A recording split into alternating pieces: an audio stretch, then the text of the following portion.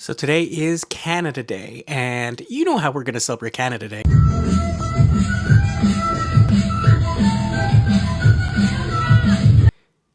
By picking up a gaming console.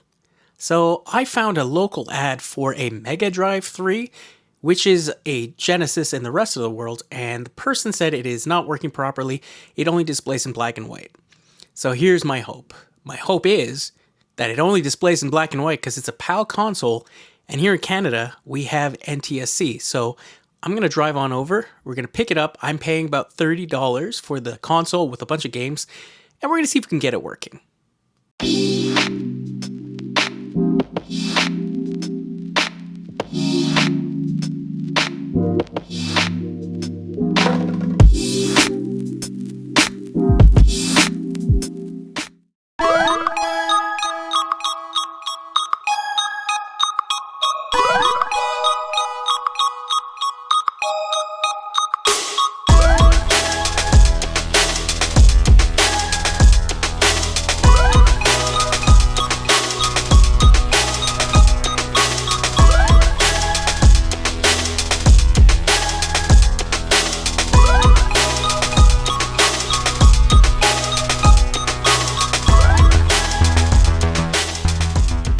Alright, so I just showed up at the apartment building. I'll give you a little bit of a look right now.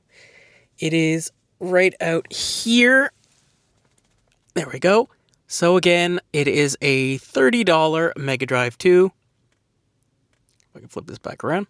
A $30 Mega Drive 2 that I am hoping is just a PAL version, and that's why it is not working here.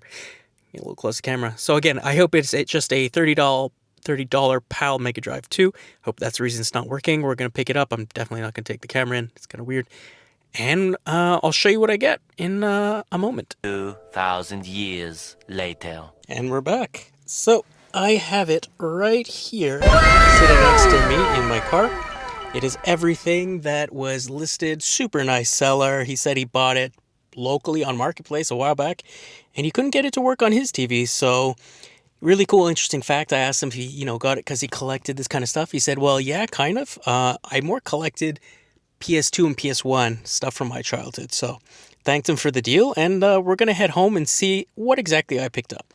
So we are back. I have the bag right here with the Mega Drive, and what I thought I'd do is we're going to take a little look, see what I got in the bag, and see if I can get it working.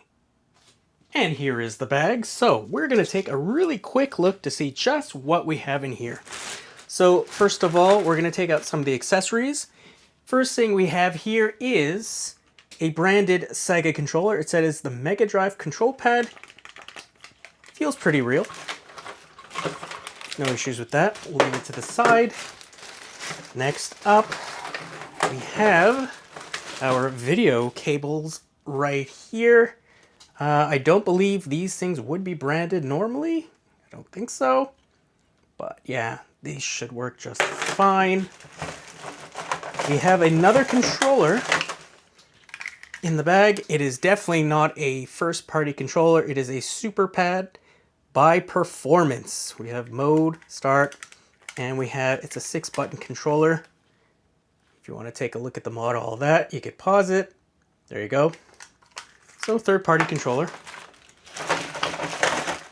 Next up, we have a power supply here. It is the Mega Drive 3. I don't speak this, so it's either Spanish or Portuguese, I'm assuming. Mega Drive 3. On top, it has a really interesting thing that it seems to have a 110 to 220 volt. I'm going to put it back to 110 because it's not going to work here. There we go. So that is the power adapter. So it's not branded, or I don't believe that's branded. Then we have some games. First of all, we have this very fake game. It is a 7-in-1. We have things like Pac-Man. I'm assuming that's Columns. Maybe Tetris right over here. Tiny Toon, Soccer, Sonic, all the fun games. Next up, we have this, which is Newman Hayes IndyCar featuring Nigel Mansell. It's very interesting because this is a Genesis game. So this should be a North American game. And this was sold as a Mega Drive. We have another multi-cart, Genesis Hit Collection, your favorite Genesis games. It seems to have everything on an SD card, not even a micro SD card. The SD card, it is a 4 gigabyte card. As we can see over there, we'll see what fantastic things might be on that. Do we have anything else? Yes, we also have a Mega Drive game. This is Sonic the Hedgehog 2. Not much to say about that. It came with a lot of Genesis consoles. And finally, we have the console itself. So here it is, says Mega Drive 3, Sega. Looking around, we have the controller ports in the front. On the side, we have an RF, and it changes channel 3, channel 4. We have their AV out. We have a power right here, the power jack. Nothing else there. And then we have here is the bottom. It says Tectoy, and then there's no year, but it definitely says right here, Sega Enterprises Japan. I know it's a little hard to see with the lighting, but it feels heavy. It doesn't feel like a fake console, like when you get those cheapy consoles that you could play at home. So that's pretty cool. Now, the one thing that I do notice is if we flip it around, it kind of seems to say that it's from Brazil, and I'm not entirely sure if this would even work around here. I don't know if they have NTSC, but hey, we're going to find out. To test this out, what we're going to be doing is I'm going to be using this Sony LCD that I bought a while ago. It's a Sony Vega. It is a very small display, but it is a very powerful display. So we have everything hooked up. We're going to turn the television on, and we're going to see if we get anything out of this right here. So in 3, 2, 1.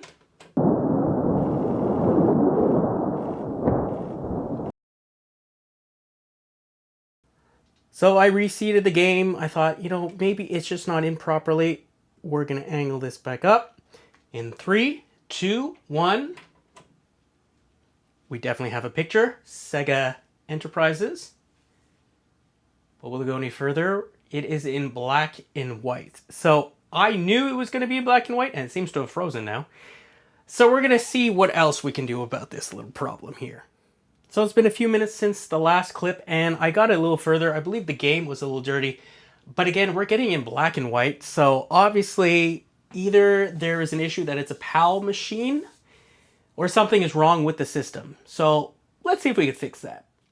Test number 2, 3, I don't know, depending what you're counting. So we have one of these. So this is a PAL to NTSC TV system converter. So we're going to see if we can give this a shot, because it was showing signs that it probably was a PAL system with being black and white. I am powering it off my battery bank over here because, well, the cable's very short and I didn't have anything else on hand to connect it to. So we're going to go like this. We're going to plug it in. We get the video already. That means the converter is definitely working. Let's give it a shot, ladies and gentlemen, in 3, 2.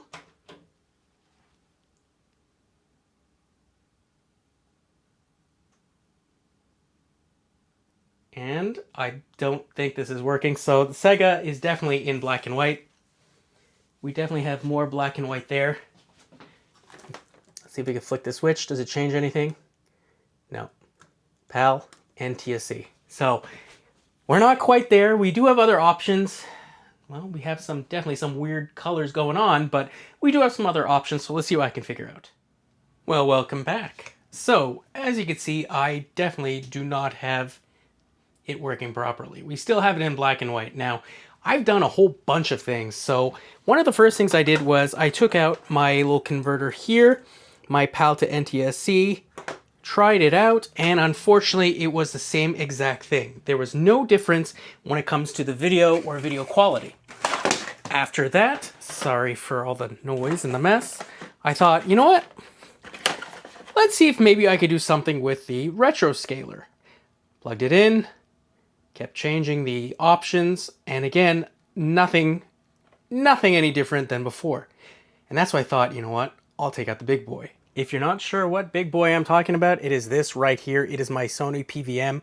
I keep it locked away with my collection generally. Actually, it's not huge, as you can see, but it is quite the heavy unit, and I prefer to have something lighter on my testing bench. So I tried it with this as well. Unfortunately, we got the same results, black and white. So what's the problem? I mean, why are we only getting it in black and white? I believe the sound works. Yeah, so we definitely have sound. The game seems to be playing right now. The way I have it hooked up to this right here is through a little adapter, you know, for the coax, because I am plugged in on the side in the machine.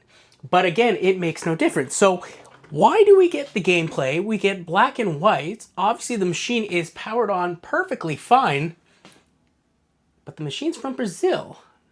That leads us to a little clue. Let me show you. The clues we should have been following is that it is a Brazilian system which runs on PAL-M. So it is a slightly different video standard than most of the world, unfortunately. And at this point, I don't have any converters that can switch it to NTSC. So it looks like, unfortunately, this is going to be just a collector's piece for now. It's really cool to have one of these. I'm very happy that I have it. I got a whole bunch of games, a controller, all that. Unfortunately, until I could find a new adapter or some way to play it on an NTSC TV, I'm kind of stuck. But as always, I hope you guys enjoyed this video. If you did, please leave a like, comment, share, and subscribe. And I'll see you in the next one.